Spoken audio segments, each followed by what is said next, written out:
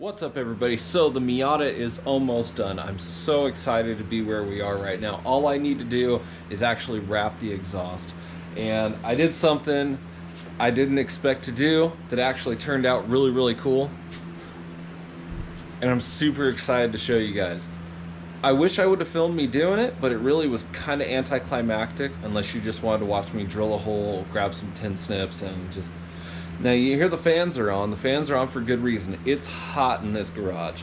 It was 90, 93, 94 today, 96 yesterday. It's pretty warm here in Arizona. And this time of year, it's a little weird. The wind isn't quite blowing as much, so it's just kind of a stagnant, really like crappy heat. So the fans are on. I'm sorry if they're loud and annoying, but I just wanted to show you guys. I mean, this thing, we are really close to being done. So all I need to do is wrap this. We have a turbo blanket on the way, and you can see I kind of made a mess. There's some speckles, and there's good reason for that. I cut a hole in the hood.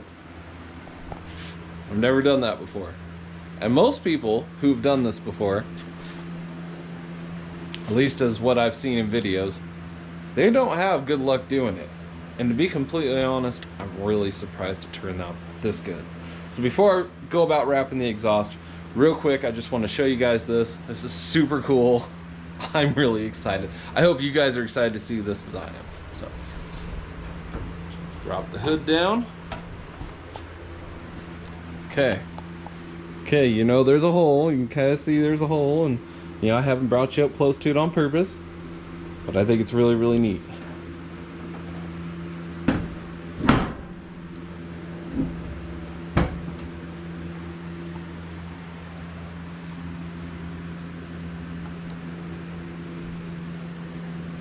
Now this exhaust has a rounded lip that I'm actually going to be taking out.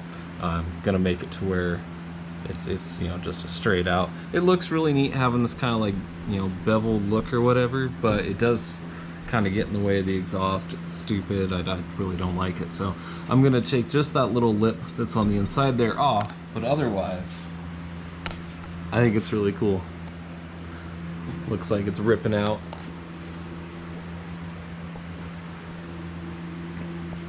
Now you got to keep in mind, I did not measure this at all.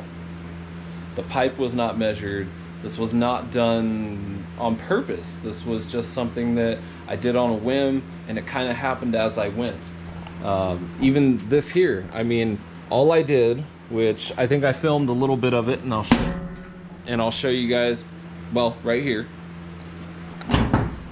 But really all I did was took the hood and I sat it down like this, and I started feeling, you know, put my hand like that, and as I shut the hood, I would feel where it would hit. And I'd also allowed it to make kind of like an aluminum mark, because this is aluminum hood, so it was really easy to cut. You can see I had to take the little core support piece out, which is fine because this thing was actually starting to come loose and vibrate. All this weird like epoxy crap or whatever that stuff is right there, it didn't work very well holding the deal up after 20-something years. I think almost 20-something years. Oh, wow. Yeah, next year she turns 30. She's an old girl. This is the oldest girl I've ever been with.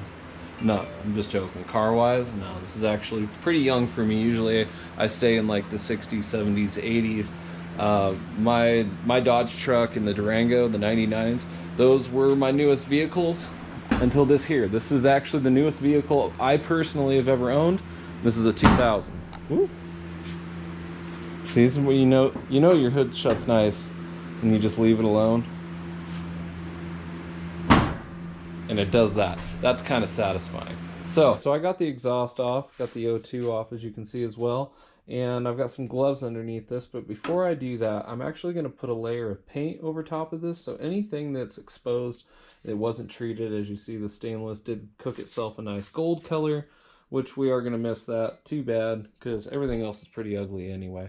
And all this stuff that's all ground off is pretty much bare metal, and we're just going to give that a nice coat of some cheapo paint. Just got that barbecue stuff, flat black. It's going to get wrapped up anyway, so I'm not too terribly worried about it. And that's really just going to make it to where any of the welds and things like that aren't going to rust and break, which there's not a lot of weight here anyway.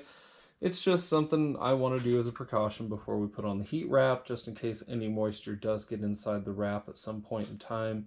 And I don't have to worry about this thing, rusting anytime soon. If it does, it'll be very minuscule, and hopefully the least amount of damage will be done. So that's going to be next. Get this painted, and we'll be right back.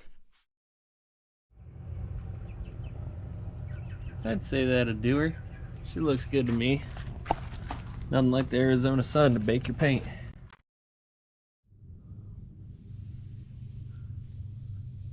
Turned out nice. Almost ashamed to wrap it up. Well, we got this thing all nice and coated. Step 2, get some gloves on, just because I don't know, I've never worked with this stuff before, and I don't know if it's going to be like normal fiberglass and get your fingers. So I got some gloves here, and then the issue with these is I actually bought some that were too short. So the problem was I actually bought some that were too short. These are 6 inches each. So I made a couple of them where I just connected 2 of them together, and yeah, we'll just have to go that route. I'm not really that concerned about it. If it matters, I'll get longer ones and replace them later, but get some gloves on and get at this. There's a woven part here and then a stitched part here. You want the stitched part down. So if I remember that correctly, that's a thing. All right. And we'll go down here first. And I guess maybe we'll have that little loop there in the beginning. Might as well. Because we're going to do it up real thick here anyways. This elbow especially is just going to be ridiculous.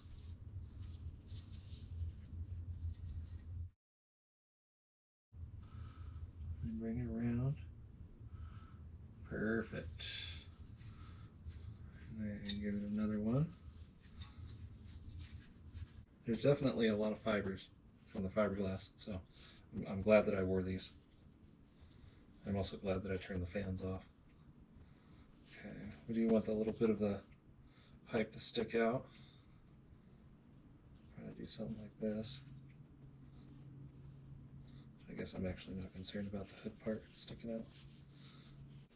Well, that's beautiful. It's gonna work out nice.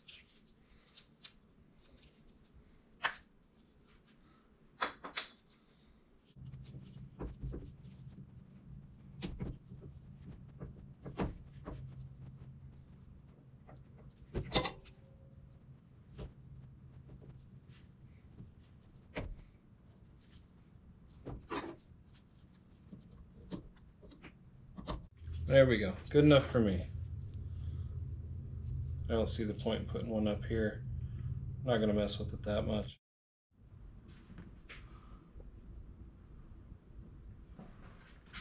So all I need to do is smack this one a bit more.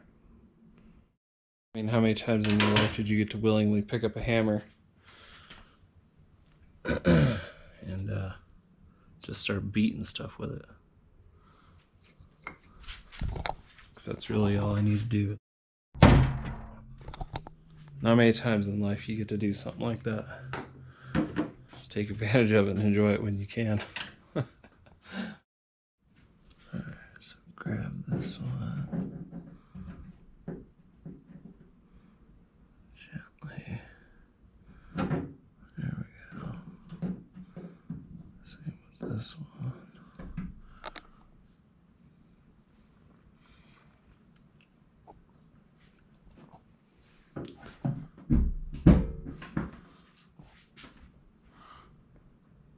Yeah, this one still needs to get beat up a bit more. So basically I just need to kind of keep beating it this way. That's better. So that should keep any of the flames from trying to roll back in.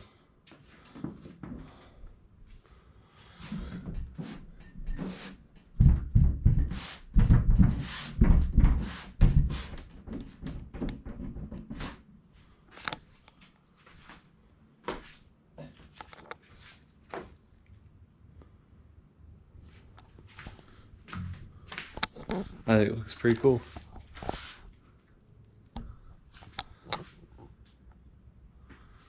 Looks like a shotgun blast out of there.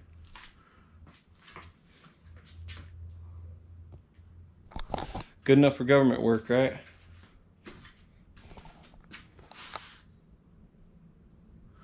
All right, so it's late, but I just wanted to get this done. I'm gonna get this video edited, get it out to you guys. Let me know what you guys think about the hood dump.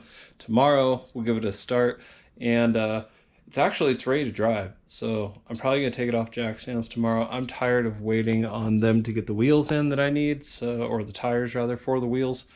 So we'll just have to do that in another video. I want to drive this, so I'm actually getting ready to pull the cube in, swap the cube in so I can get rid of it, because we might be getting a new car. Hopefully it'll work out, but first I gotta get rid of that cube.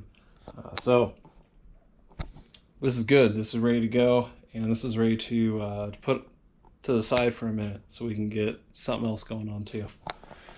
But that's cool. that turned out real cool. Nice thing is the engine won't hardly move, so.